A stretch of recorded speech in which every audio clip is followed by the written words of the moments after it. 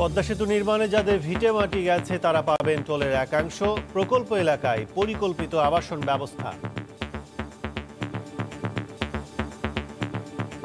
আসি ভালোই হন, আমরা এই রাস্তাটা পাইয়া খুব সুন্দর আছি। মেশিনটা চালাই খাই, একটা টং দোকান বসাইছি, 2-4 পয়সা কামারি করে খাই। পদ্মা সেতু হওয়ার পরে আমাদের সম্পূর্ণ পরিবেশটা একটা পরিকল্পিত পরিবেশ সৃষ্টি হয়েছে।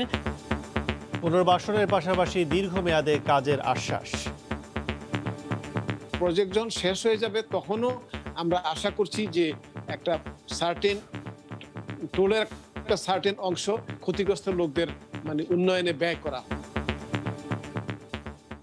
দেখছিলেন বিশেষ শিরোনাম। সকালের সময়ের সঙ্গে আছে আমি কাজল আব্দুল্লাহ।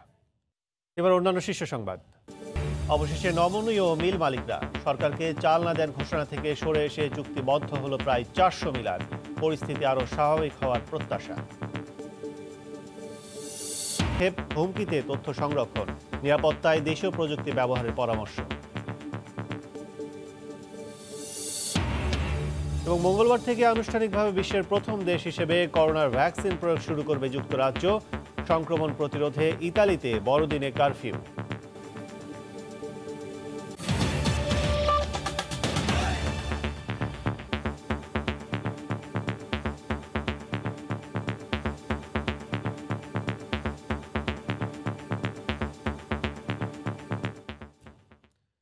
শুরুতে পদ্মা সেতু প্রকল্পের খবর।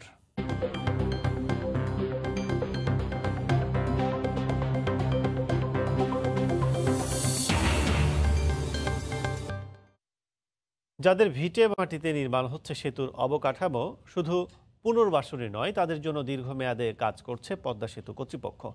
নানামুখী কর্মসংস্থানের পাশাপাশি সেতুর টোল থেকে একটি অংশ বরাদ্দ রাখা হবে তাদের জীবনমান উন্নয়নে। এর মধ্যে তাদের জন্য বরাদ্দকৃত জমির দলিল বুঝিয়ে দেওয়ার কাজও শুরু হয়েছে বলে জানান প্রকল্প পরিচালক সাইফুল ইসলামের ছবিতে রিপোর্ট এহসান জুয়েলের। চারদিকে সবুজের সমারোহ, চমৎকার গুছানো একটি এলাকা। দেখে মনে হতে পারে রাজধানীর বেসরকারি কোনো আবাসন প্রকল্প। সেতুর দুই প্রান্তে সংযোগ সড়ক, সার্ভিস এরিয়া, নদী শাসনের জন্য স্থানীয় যে মানুষদের ভূমি অধিগ্রহণ করা হয়েছে, ভূমিহীন এরকম 2635টি পরিবারকে ঠাঁই দেওয়া হয়েছে 4টি পুনর্বাসন কেন্দ্রে। 2.5, 5 ও 7.5 কাঠা করে জমি দেয়া হয়েছে তাদের। দেয়া হয়েছে নগদ টাকাও। আসি ভালোই হন, আমরা এই রাস্তাটা পাইয়া খুব সুন্দর আছি। দেখে দেখে কিছু লোকজনের চাকরি বাকরি একটা ব্যবস্থা করে দিত, তো একটু শান্তিতে থাকতে পারতাম। মেশিনটা চালাই খাই, একটা টং দোকান বসাইছি, 2-4 পয়সা কামারি করে খাই। প্রকল্প এলাকার শিশুদের জন্য তৈরি করা হয়েছে একটি প্রাথমিক বিদ্যালয়। আছে মসজিদ, স্বাস্থ্যকেন্দ্র, পানির পাম্প, সার্বক্ষণিক বিদ্যুৎ, বড় সড়ক সহ নানা সুবিধা। এর মধ্যে শুরু হয়েছে জমির দলিল বুঝিয়ে দেওয়ার কাজও। স্কুল ছিল না, হসপিটাল ছিল না, এলাকার পরিবেশটা একটু অগোছালো ছিল, কিন্তু এই পদ্মা সেতু হওয়ার পরে আমাদের সম্পূর্ণ পরিবেশটা একটা পরিকল্পিত পরিবেশ সৃষ্টি হয়েছে। সরকারে আমাদের যা করে দিছে এতে আমরা সবাই সুখে আছি। এইখানকার মানুষদের পদ্মা সেতুতে কর্মসংস্থানের ব্যবস্থা করা হয়েছে। গাড়ি চালানোর প্রশিক্ষণ দিতে বিআরটিসির সাথে একটি চুক্তিও হয়েছে। ভবিষ্যতে সেতুর লাভ থেকে একটি অংশ তাদের জন্য ব্যয় করা হবে। যতদিন প্রজেক্ট চলবে ততদিন আমরা এই কাজগুলো করে যাব, এবং প্রজেক্ট যখন শেষ হয়ে যাবে তখনও আমরা আশা করছি যে একটা সার্টেন টোলের একটা সার্টেন অংশ ক্ষতিগ্রস্ত লোকদের উন্নয়নে ব্যয় করা হবে। প্রকল্প এলাকায় ভূমি ছিল না, কিন্তু বাস করত এমন 835টি পরিবারকে নতুন করে জমি বরাদ্দ দেওয়া হবে। পুনর্বাসনে সুবিধাভোগীদের জীবনযাত্রার মান অনেকটুকুই পাল্টে গেছে। তারা এখন অপেক্ষা আছেন সেতু পুরোদমে চালু হওয়ার। সেতু চালু হলে তাদের কর্মসংস্থান বাড়বে, একই সঙ্গে কেটে যাবে তাদের দুঃখের দিন। এমন স্বপ্ন তাদের চোখে মুখে। এহসান জুয়েল, সময় সংবাদ, কুমারভোগ পুনর্বাসন কেন্দ্র, মাওয়া। দেশে বাড়ছে অর্থ পাচারের অভিযোগ। গত বছর দুদকে এই সংক্রান্ত অভিযোগের সংখ্যা ছিল 11টি। বর্তমান বছরের নভেম্বরেই এই সংখ্যা 19টি। টাকার অঙ্কে 25,000 কোটি টাকা থেকে ছাড়িয়েছে 30,000 কোটি টাকায়। সংশ্লিষ্টরা বলছেন, কালো টাকা ধরা পড়ার ভয়ে ব্যাংকে না রেখে বিদেশে বিভিন্ন খাতে বিনিয়োগ করছেন পাচারকারীরা। এজন্য 27টি প্রতিষ্ঠানের সমন্বয়হীনতা ও বাংলাদেশ ব্যাংকের নিয়ন্ত্রণ না থাকাকেই দুষছেন সংশ্লিষ্টরা। সেরিয়া সুলতানা। 2020 সালে অর্থ পাচারের অভিযোগ বেড়ে দাঁড়িয়েছে 19টিতে। পাচার হওয়া অর্থ 25,000 কোটি টাকা এখন 30,000 কোটির ঘরে। দুদকের মামলাগুলোর তথ্য বলছে বেশিরভাগ কালো টাকাই পাচার হচ্ছে। তবে কয়েক বছর আগে বিদেশি ব্যাংকগুলোতে অর্থ রাখার প্রবণতা থাকলেও বর্তমানে বেড়েছে বাসস্থান ও ব্যবসা বাণিজ্যে বিনিয়োগে। এই দুর্নীতিতে জড়িয়ে পড়ছে ব্যাংকগুলো, আর এজন্য বাংলাদেশ ব্যাংকের নিয়ন্ত্রণ না থাকাকে দুষছেন অর্থনীতিবিদরা। ব্যাংকিং সিস্টেম, রেভিনিউ সিস্টেম, যিনি এক্সপোর্ট করছেন, যিনি আমার মাল কিনছেন, এই চারটা পার্টির সম্মতি ছাড়া, একেবারে সক্রিয় সম্মতি ছাড়া কখনো মানি লন্ডারিং হতে পারে না। তবে অর্থ পাচার রোধ দুদকের একক প্রতিষ্ঠানের পক্ষে সম্ভব নয় বলে মনে করেন দুদক কমিশনার। মানি লন্ডারিং এর ক্ষেত্রে দায়িত্বপ্রাপ্ত অন্যান্য সংস্থাগুলো যদি সঠিকভাবে দায়িত্ব পালন করতে সক্ষম হয়, তাহলে মানি লন্ডারিং প্রতিরোধের ক্ষেত্রে আমাদের সংস্থাগুলোর সমন্বিত সাফল্য একটি জাতীয় অর্থনীতির ক্ষেত্রে বিরাট গুরুত্ব বহন করবে। সংশ্লিষ্টরা মনে করেন অর্থ পাচার বন্ধে দায়বদ্ধ সব প্রতিষ্ঠানের সমন্বয়ের পাশাপাশি দ্রুত বিচারের উপরও জোর দিতে হবে। সেলিয়া সুলতানা, সময় সংবাদ, ঢাকা। কেজি প্রতি 60 টাকা বাড়ানো না হলে সরকারের ঘরে চাল না দেওয়ার ঘোষণা থেকে সরে আসছে রংপুর দিনাজপুর অঞ্চলের অনেক মিলার। এর মধ্যে 389 জন মিলার চাল সরবরাহের জন্য খাদ্য বিভাগের সঙ্গে চুক্তিবদ্ধ হয়েছেন। কৃষক পর্যায়ে ধানের দাম কমলে অন্যরাও চুক্তিবদ্ধ হবেন বলে জানিয়েছেন চালকল মালিক সমিতির নেতারা। শাকিল মাহমুদের ক্যামেরায় রতন সরকারের রিপোর্ট। করোনার দ্বিতীয় ঢেউ সামনে রেখে খাদ্য নিরাপত্তার বিষয়টিকে বড় চ্যালেঞ্জ মনে করছেন সবাই। ঠিক এমন সময় প্রতি কেজি চালে 7 টাকা বাড়ানোর আলটিমেটাম দিয়ে সরকারের ঘরে চাল সরবরাহের চুক্তি না করতে চালকল মালিক সমিতির ঘোষণায় অনেকটাই শঙ্কায় পড়ে চলতি আমন সংগ্রহ অভিযান।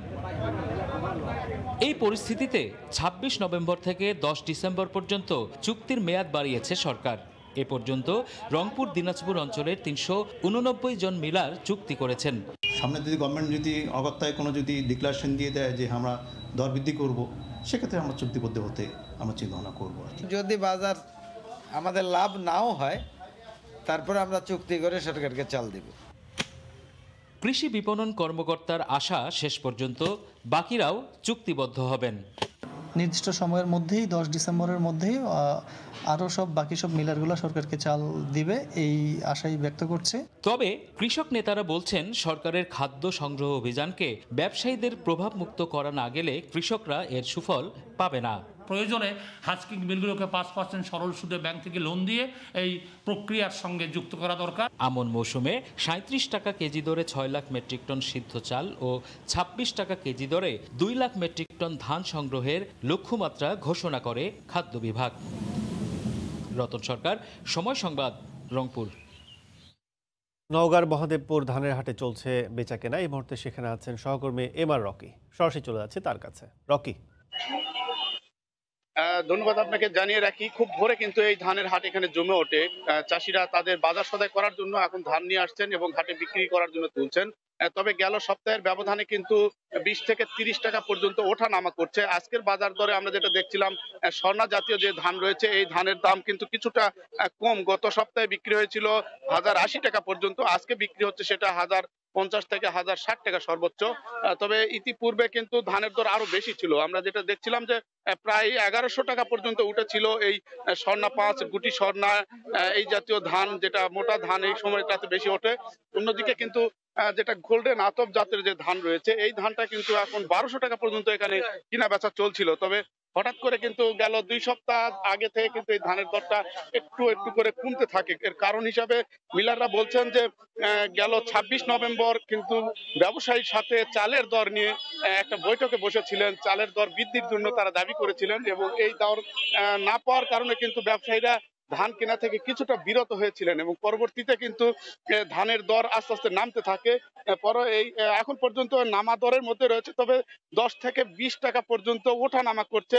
তবে চাষিরা বলছেন এবছর কিন্তু কয়েক দফা প্রাকৃতিক দুর্যোগের কারণে নানা দুর্যোগের মোকাবেলা করতে হয়েছে এবং উৎপাদন কিন্তু অনেকটাই কমে গেছে। কারণ বিগত বছরগুলোতে এই আমন মৌসুমে ধান পাওয়া যায় প্রায় 18 থেকে 20 মণ পর্যন্ত, কিন্তু এখন সেই ধান পাওয়া যাচ্ছে 8 থেকে 10 মণ সর্বোচ্চ পরিমাণে।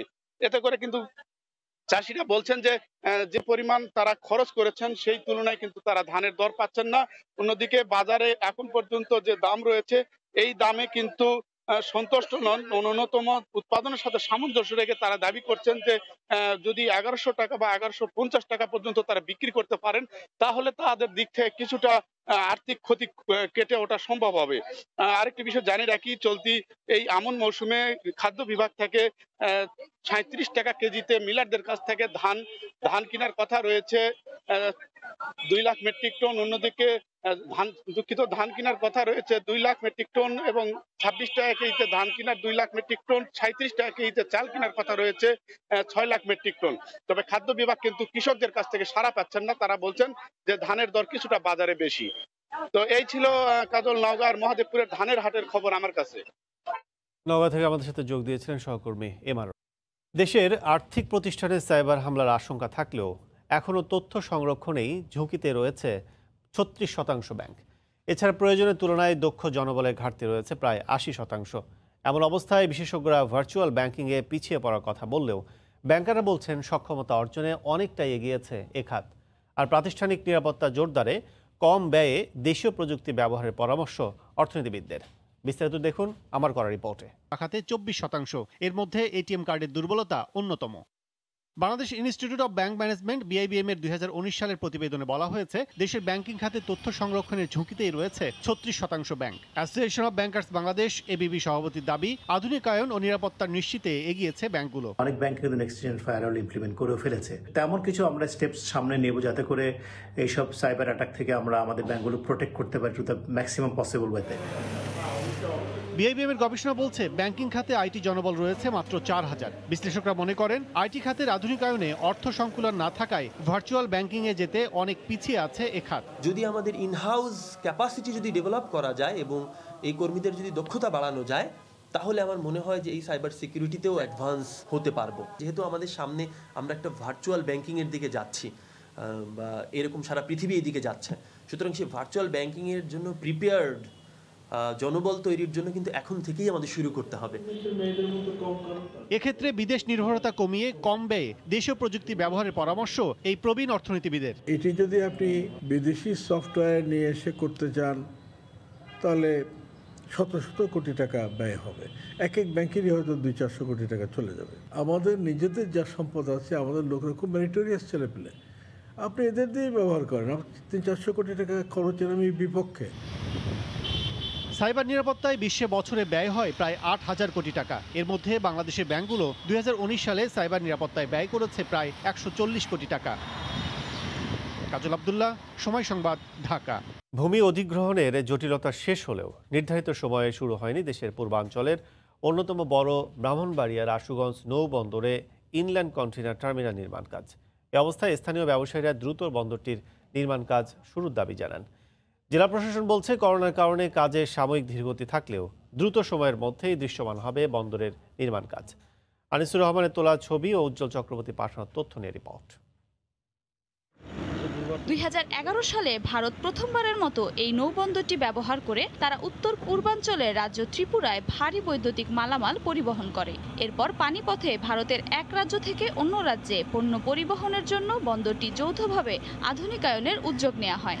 ভূমি অধিগ্রহণের জটিলতা শেষে চলতি বছরের জুন মাসে নৌবন্দরটিতে দৃশ্যমান কাজ শুরু হওয়ার কথা থাকলেও কাজ শুরু হয়নি। ইতিমধ্যে সমীক্ষা শেষ হয়েছে শুনতেছি, কিন্তু বাস্তবিক করতে এখন পর্যন্ত জমি অধিগ্রহণের কাজ সমাপ্ত হয় নাই। টার্মিনাল পুরো উদ্যমে শুরু হলে আশুগঞ্জের ব্যবসা বাণিজ্যের প্রসার অনেক বৃদ্ধি পাবে, বিশেষ করে এখানে কর্মসংস্থানের ব্যবস্থা হবে। এই অবস্থায় স্থানীয় জনপ্রতিনিধি দ্রুত আধুনিক নৌবন্দরটির নির্মাণ কাজ বাস্তবায়নের জন্য দাবি জানান। যে জমিগুলো অধিগ্রহণ করা হয়েছে ওই জমি ডিসি অফিসের পক্ষ থেকে তাদেরকে বোঝায়া প্রায় দেওয়া হয়ে গেছে। আশা করি খুব দ্রুত এই আইটিসি টার্মিনাল যাতে বাস্তবায়ন হয়। ব্রাহ্মণবাড়িয়ার জেলা প্রশাসন বলছে করোনার প্রভাবের পর শুরু হবে ইনল্যান্ড কন্টেইনার টার্মিনালের নির্মাণ কাজ। করোনা প্যান্ডেমিকের কারণে একটু কাজটা ধীর গতিতে আগাচ্ছে। নৌবন্দরটির নির্মাণ ব্যয় ধরা হয়েছে 1293 কোটি টাকা।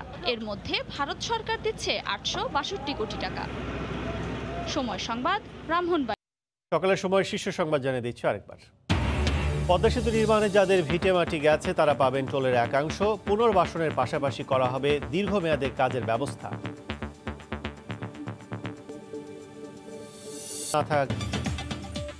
এই ছিল সকালের সময়, সঙ্গে থাকুন সময়ের।